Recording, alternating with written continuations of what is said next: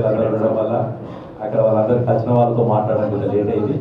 ఇప్పుడు నేను ఎందుకంటే మొదటి జిల్లా పత్రికా విలేకరుల సమావేశం కాబట్టి పార్టీ ఇప్పుడు ఈ విలేకరుల సమావేశం నిర్వహిస్తున్న వాళ్ళు పెద్దలు జాతీయ ఓబీసీ మోర్చా అధ్యక్షులు రాజ్యసభ సభ్యులు డాక్టర్ లక్ష్మణ్జీ గారు, అలాగే వారి పక్కన మన గౌరవ పార్లమెంట్ సభ్యులు పసుపు బోర్డు సాధించి ఈ ఇందూరు గడ్డ కాదు యావత్తు రైతాంగానికి ఆశ కల్పించిన ధరపూర్ అరవింద్ గారు, నాగేష్ గారు, అలాగే వారి పక్కన ఆర్మూర్ ఎమ్మెల్యే రాకేష్ రెడ్డి గారు పెద్దలు, వారి పక్కన మోహన్ రెడ్డి గారు, అక్కడ పక్కన మన శాసనసభ్యులు ధన్పాల్ సుధాన్ గుప్తా గారు, వారి పక్కన పెద్దలు టీచర్స్ ఎమ్మెల్సీ అభ్యర్థి డాక్టర్ కోమరయ్య గారు, వారి పక్కన జిల్లా ప్రధాన కార్యదర్శి నారాయణ రాజు గారు, అలాగే నారాయణ యాదవ్ గారు, స్వామిగౌడ్ గారు. ఇప్పుడు నేను పెద్దలు సార్ మీరు బాగా రోజులైంది నిజామాబాద్ రాలేదంటే. ఇందూరు ప్రజలు నన్ను ఇందూరుకే మెంబర్ ఆఫ్ పార్లమెంట్ కాదు, నాకు బాధ్యత ఏంటంటే అనేక మంది మోదీ సైనికులలో నేను ఒక్కడిని. ఇందూరు ప్రజలు నాకు ఇచ్చిన బాధ్యత ఏంటంటే భారతదేశాన్ని హిందూ రాష్ట్ర స్థాపన చేయాలి భారతదేశంలో బాధ్యత కూడా ఇచ్చాను.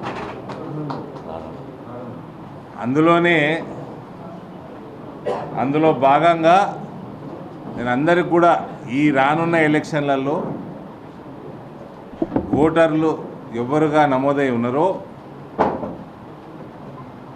మనందరి బాధ్యత మన హిందూ రాష్ట్ర స్థాపన కోసం మనము ఎప్పుడు ఓటేసినా తెలంగాణలో మనం భారతీయ జనతా పార్టీ అభ్యర్థికి వేయాలి. ఇది ఒక బాధ్యత. ఇది అది గమనిస్తూ వేరే సమస్యల మీద వచ్చినా ఇక మన కాంగ్రెస్ పార్టీ నుంచి అభ్యర్థులు ఉన్నారు.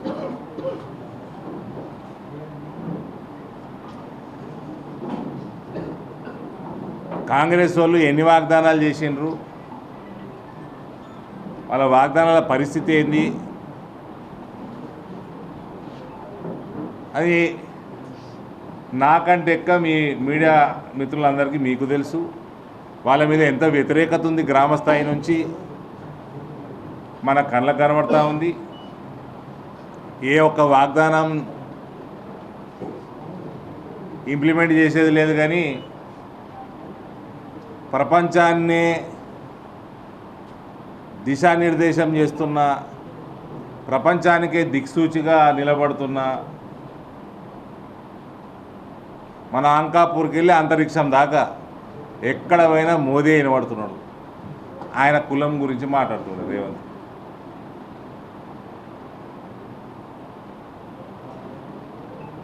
ఆస్ట్రేలియా ప్రధానమంత్రి మోడీ ఈజ్ బాస్ అంటున్నాడు. అమెరికా అధ్యక్షుడు మోదీ గారు కూర్చొనికి కుర్చీ గుంజుతున్నాడు. ఫ్రాన్స్ అధ్యక్షుడు నేను ఒక్కడనే చైర్మన్ కాదు, మీరు కో చైర్మన్ అయితేనే మీటింగ్ పెడతానని అంటున్నాడు. ఆ స్థాయిలో ఉన్న మోదీ గారిని పట్టుకొని కులం గురించి మాట్లాడుతున్నారంటే రేవంత్ ప్రయారిటీ లేదు. ఈ వాగ్దానాలు ఇతర రాష్ట్రం ఎదుర్కొంటున్న ఇతర సమస్యల నుంచి డైవర్ట్ చేయనీకి కూడా ఆయనకు ఒక సరైన సబ్జెక్టు దొరకలేదు. కానీ మాట్లాడుకుంటా రేవంత్ అగ్రవర్ణాలందరినీ బీసీలందరినీ కూడా మోడీకి ఓటేయమని చెప్పిండు. ఆయన అన్నదాన్ని బట్టి నాకైతే అదే అర్థమైంది. ఆయనట పుట్టినప్పుడు బీసీ కాదట, తర్వాత బీసీ అయిందట. అది కాంగ్రెస్ ప్రభుత్వమే మోదీ గారి కులాన్ని బీసీలలో చేర్చింది కాబట్టి అలా పార్టీ నిర్ణయము. రేవంత్ అన్న మాటతోటి నాకు అర్థమైంది ఏంటంటే అగ్రవర్ణాలు బీసీలు అందరూ కూడా మోడీకే ఓటేయమని చెప్తున్నాడు ఆయన. సబ్జెక్టు లేదు, అడ్మినిస్ట్రేషన్ లేదు, వాగ్దానాలు గాయమైనాయి. అదో సెన్సెస్ చేసిండు, ఆ సెన్సెస్లో 1 కోటి మంది ప్రజలు గాయమైపోయినరు. అయోమయం జగన్నాథం. ఇది కాంగ్రెస్ పరిస్థితి. ఇంకోవైపు ఏమో దేశం మొత్తం భారతీయ జనతా పార్టీ బాట పడుతున్నది. ఢిల్లీలో 27 సంవత్సరాల తర్వాత హిస్టారికల్ తీర్పు ఢిల్లీ ప్రజలు ఇచ్చారు.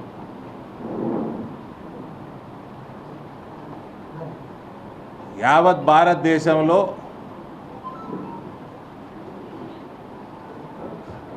హిందూ రాష్ట్ర స్థాపన మొదలైపోయింది. కాబట్టి నా రిక్వెస్ట్ ప్రతి ఒక్క ఓటర్ మహాశయులకి, దయచేసి కొమరయ్య గారిని, అంజిరెడ్డి గారిని భారీ మెజారిటీతో గెలిపించడం కాకుండా, మీరు ఓటేయడమే కాకుండా మన మిత్రులతోటి, ఇతర గ్రాడ్యుయేట్స్ తోటి, మన ఉపాధ్యాయుల్ని అందరినీ కూడా రిక్వెస్ట్ చేస్తూ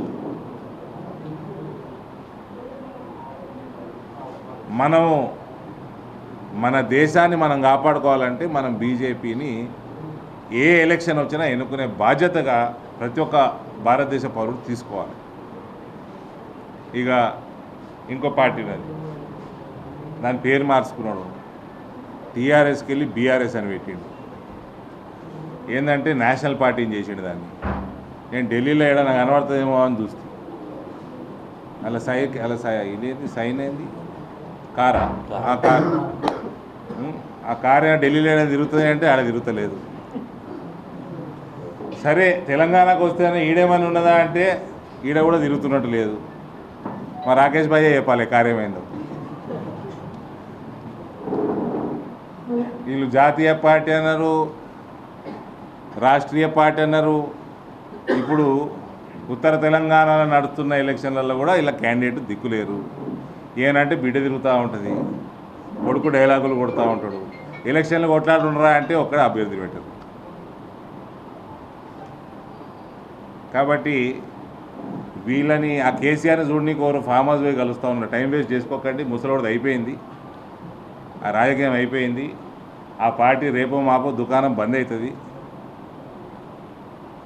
మనము మన దేశ భవిష్యత్తు కోసం, రాష్ట్ర భవిష్యత్తు కోసం, మన సంస్కృతి సాంప్రదాయాల భవిష్యత్తు కోసం మనం కాషాయం పట్ల ఢిల్లీ ప్రజలు నిలబడ్డట్టు మనము ఇందూరులో కూడా నిలబడదాము. కేవలం ఇందూరు తరఫున కాక యావత్తు భారతదేశం తరఫున భారతీయ జనతా పార్టీ జాతీయ ఓబీసీ మోర్చా అధ్యక్షుడు, మా పార్లమెంట్ బోర్డు సభ్యుడైన లక్ష్మణ్ గారు, గౌరవ పార్లమెంట్ సభ్యుడు ధరంపూర్ అరవింద్ గారికి శాలువతో సత్కరిస్తారు. లక్ష్మణ్ గారు, నేను రాజకీయాలకు వస్తే చాలామంది సర్ప్రైజ్ అయింది. ఇక డి శ్రీనివాస్ కొడుకు బీజేపీలో పోతున్నారు. నన్ను బీజేపీలో ఆహ్వానించి నాకు బీజేపీలో సునాయాసంగా నాకు ఎదుగుదలకి తోడ్పాటు పడ్డ మొట్టమొదటి వ్యక్తి లక్ష్మణ్. విలేకరుల మిత్రులందరికీ కూడా నమస్కారం. ఇంతకుముందు మిత్రులు అరవింద్ గారు చెప్పినట్టుగా ఉత్తర తెలంగాణ ప్రధానమైనటువంటి మేధావులు, విద్యావంతులకు సంబంధించిన ఎన్నిక. అది టీచర్స్ అయినా, గ్రాడ్యుయేట్స్ అయినా. దాదాపు 72 అసెంబ్లీలు, 12 పార్లమెంటు నియోజకవర్గాలను ప్రభావితం చేసే ఎన్నిక. కాంగ్రెస్ పార్టీ అరువు తెచ్చుకొని ఒక అభ్యర్థిని బరిలోకి దించింది. కాంగ్రెస్ పార్టీ పరిస్థితి ఎంత దీనంగా ఉందో మీరు అర్థం చేసుకోవచ్చు. అది గ్రాడ్యుయేట్ ఎమ్మెల్సీకి మాత్రమే అభ్యర్థి. 2 టీచర్స్ ఎమ్మెల్సీలు ఏవైతున్నాయో అటు నల్గొండ, వరంగల్, ఖమ్మం అటువైపు అభ్యర్థి లేరు. ఇటువైపు కాంగ్రెస్ అభ్యర్థి కూడా లేకుండా పోయింది. ఇక టీఆర్ఎస్ అయితే దర్దాపులో వీళ్ళంతా చదువుకున్న వాళ్ళు, విషయ పరిజ్ఞానం ఉన్నవాళ్ళు, దేశ రాజకీయాలు, రాష్ట్ర రాజకీయాలు పూర్తిగా అవగాహన ఉన్నటువంటి వర్గం కాబట్టి పోటీ చేసి అబాసుపాలు కాకూడదు. మొన్ననే 17 పార్లమెంటు స్థానాలు పోటీ చేస్తే 2, 3 డిపాజిట్ దక్కినాయి. కాబట్టి ఇప్పుడు ఇంకా పరిస్థితి దారుణంగా ఉంటుందని చెప్పి వారు బరిలో నుంచే తప్పుకున్నారు. ఇవాళ మిగిలింది భారతీయ జనతా పార్టీ 3 ప్రాంతాల్లో అభ్యర్థులను, 2 టీచర్స్ ఎమ్మెల్సీలను, గ్రాడ్యుయేట్ ఎమ్మెల్సీ కూడా పార్టీ పరంగా బలపరిచి నేరుగా రంగంలో దించినటువంటి ఏకైక పార్టీ అది భారతీయ జనతా పార్టీ మాత్రమే. ఈ జరుగుతున్నటువంటి ఎన్నిక రాష్ట్ర రాజకీయాల్లో ఒక మలుపు కాబోతోంది. 10 సంవత్సరాలు ఈ రాష్ట్రాన్ని పాలించి పూర్తిగా అప్పుల పాలు చేసి అబాసు పాలైన బీఆర్ఎస్ ప్రజలు వారికి ప్రజాస్వామికంగానే వారు బుద్ధి చెప్పి దాదాపుగా ఆ పార్టీని భూస్థాపితం చేశారు. ఈ రాష్ట్రంలో మీకు రాజకీయంగా నూకలు చెల్లినాయని చెప్పి 2 ఎన్నికల్లో కూడా స్పష్టం చేశారు. ప్రజలు మార్పు కోరుకున్న సందర్భంలో కేసీఆర్ టీఆర్ఎస్ పోవాలి అని మార్పు సందర్భంగా కాంగ్రెస్ పార్టీ రాహుల్ గాంధీ స్వయంగా రేవంత్ రెడ్డి గారు అల్లవిగాని హామీలన్నీ ఇచ్చి అధికారులకు రావాలనేటువంటి ఒక దుర్బుద్ధితో అడ్డదారులు దొక్కి 6 గ్యారంటీలు 420 హామీలు ఇచ్చి మార్పులో భాగంగా బై డిఫాల్ట్ అధికారులకు వస్తే 5 మాసాల్లోనే జరిగిన పార్లమెంట్ ఎన్నికలు మళ్ళీ కాంగ్రెస్ పార్టీకి మళ్ళీ రాష్ట్ర ప్రజలు కర్రు కాల్చి వాత పెట్టి 17 స్థానాలు పోటీ చేస్తే 8కే పరిమితమైనటువంటి కాంగ్రెస్ పార్టీ, భారతీయ జనతా పార్టీ మోదీ గారి నాయకత్వంలో దేశమంతా కూడా మోదీ గారు నాయకత్వం అభివృద్ధి ఎజెండాతో పేదల సంక్షేమము, జీరో టాలరెన్స్ అండ్ కరప్షన్తో ప్రజలు ఆదరిస్తే తెలంగాణ ప్రజలు మేము సైతమని 8 మంది అభ్యర్థులను ఎంపీలను గెలిపించి 35% ఓట్లు ఇచ్చి భవిష్యత్తు తెలంగాణలో బీజేపీ అని నిరూపించారు.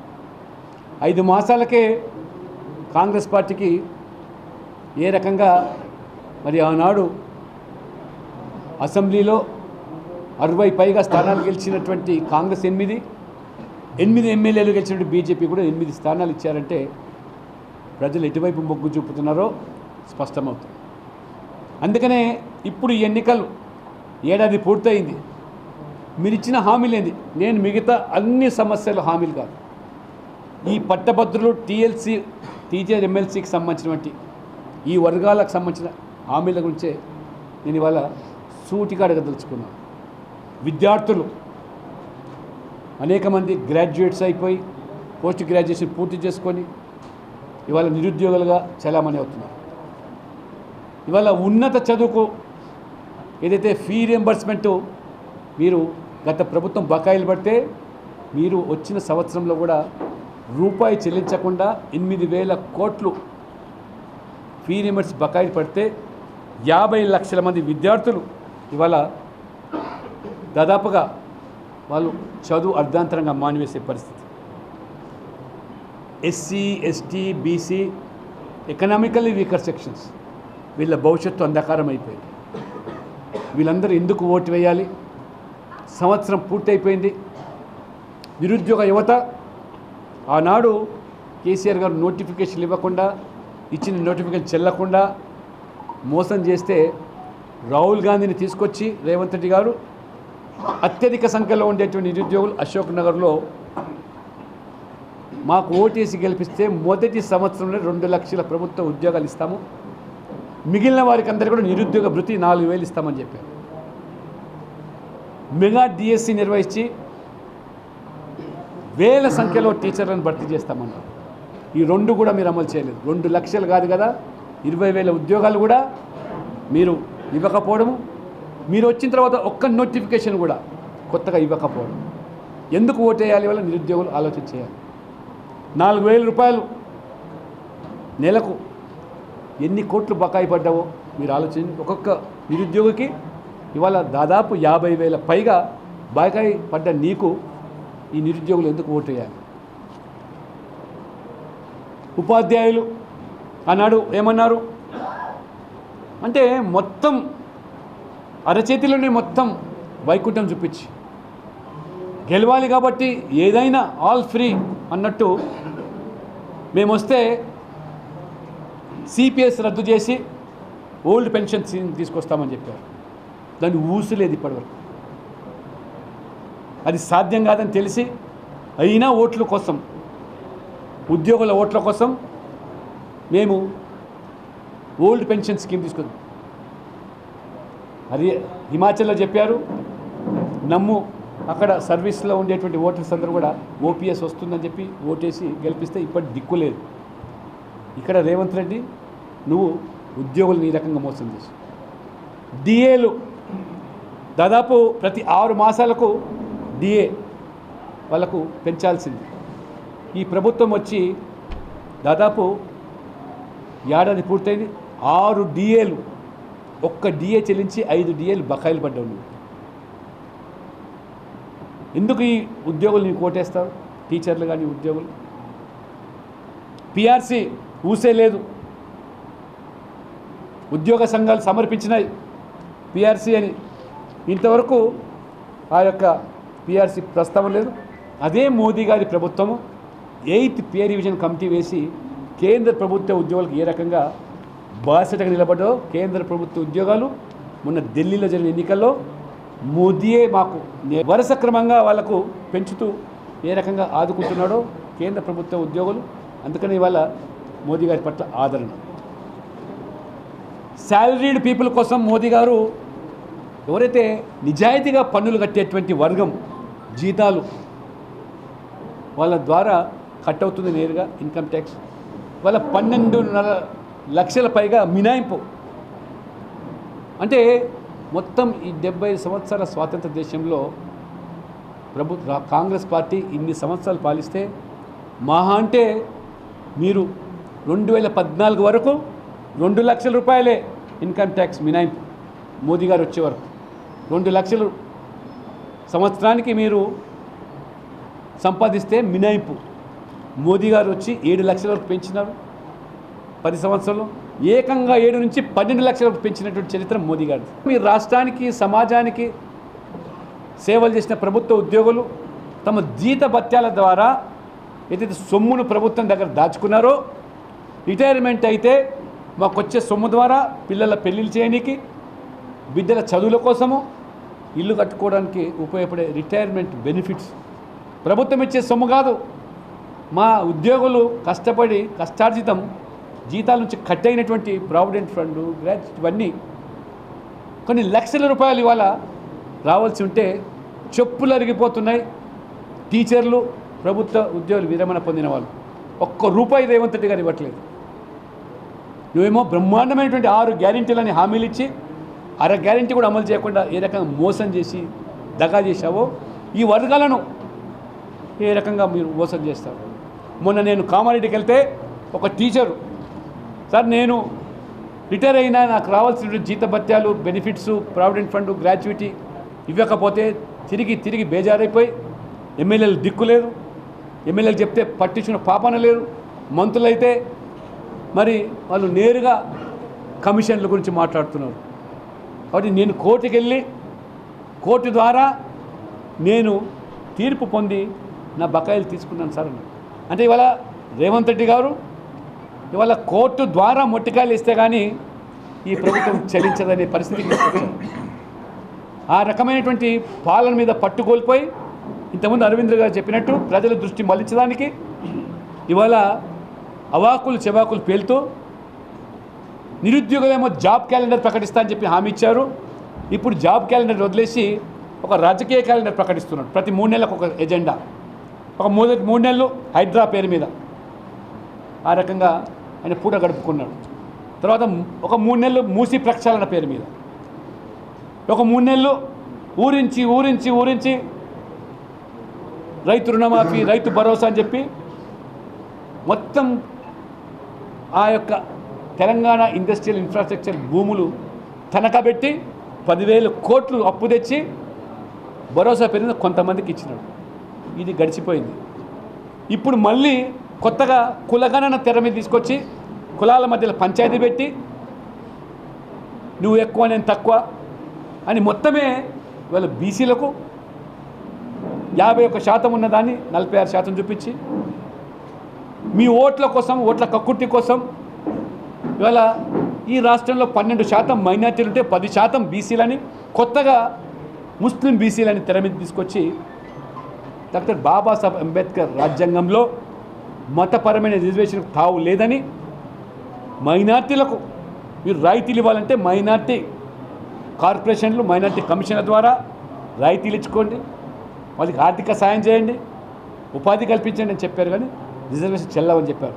తగుదునమ్మా అని చెప్పి ఈ కాంగ్రెస్ పార్టీ ఈరోజు కులగణన పేరు మీద కులాల మధ్యలో, మతాల మధ్యలో చిచ్చుపెట్టి 10% ఇవాళ ముస్లిం బీసీలు అంటే 12% ఇవాళ జనాభా ఉంటే 10% అంటే 190 మంది ఈ జనాభాలో ముస్లింలు, బీసీలు.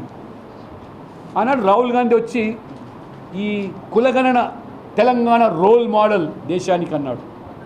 ఇది రోల్ మోడల్ అంటే చాలా సైంటిఫిక్గా ఇంటింటికి తిరిగి కులాల వారీగా గణాంకాలు సేకరించి వాళ్ళ ఆర్థిక స్థితిగతులు, సామాజిక వెనుకబాటుతనాన్ని పరిగణలో తీసుకొని ఆ రకంగా గణాంక వివరాలు వాళ్ళు ప్రకటిస్తారంటే కేవలం ఇవాళ ముస్లింల కోసం మాత్రమే ఈ కులగణన చేపట్టి రాహుల్ గాంధీ చెప్పే రోల్ మోడల్. అంటే దేశమంతా కూడా ఇదే విధంగా ముస్లిం అందరినీ కూడా బీసీలో చేర్పించి బీసీలో పొట్టగొట్టడమే మీ రోల్ మోడలా, బీసీల హక్కులను హరింపజేయడమే మీ రోల్ మోడలా అని రాహుల్ గాంధీ నేను ప్రశ్నిస్తూ ఉన్నాను.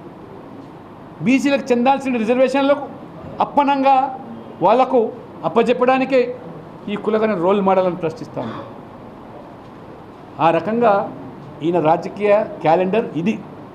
నువ్వు ఇచ్చిన హామీలు ఏమైనా అడిగితే మోదీ గారి కులం బీసీ కాదు, ముస్లింలు 10% బీసీలు, హిందూ జనాభా తగ్గించి అంటే నీకు రాష్ట్ర జనాభా ఎంతో లేనటువంటి అవగాహన లేని ముఖ్యమంత్రి ఇవాళ మనం చూస్తున్నాం.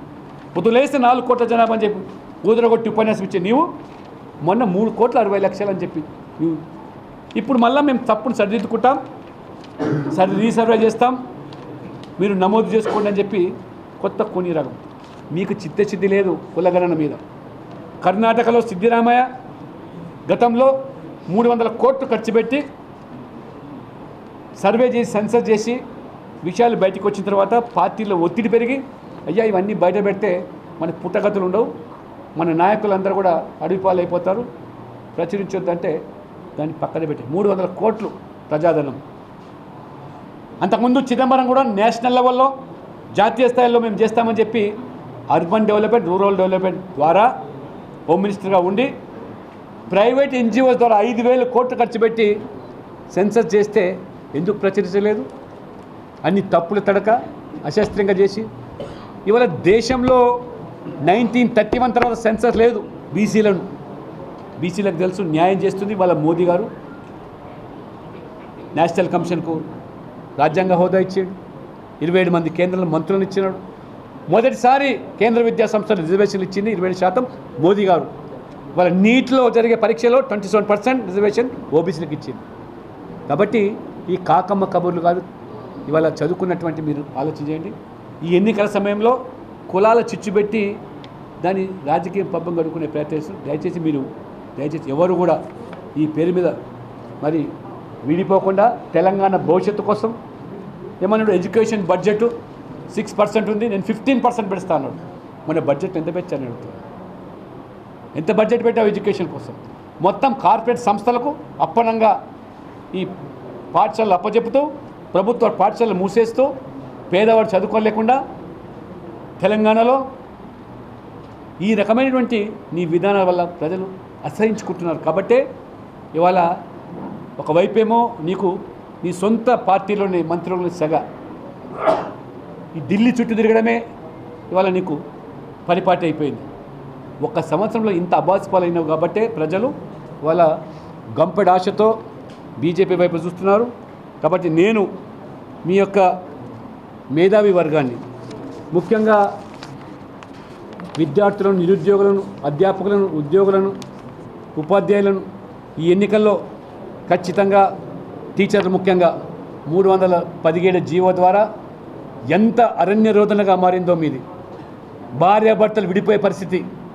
50,000 మంది దరఖాస్తు పెట్టుకున్నారు. న్యాయబద్ధంగా మాకు ఇక్కడ రావాల్సింది, ఆమె ఎక్కడో అడిగిపాలు చేశారని. దాదాపు కొన్ని 50 మంది టీచర్లు ఆత్మహత్యలు చేసుకున్నారు. పిల్లలు ఒక చోట, భార్య ఒక చోట, భర్త ఒక చోట.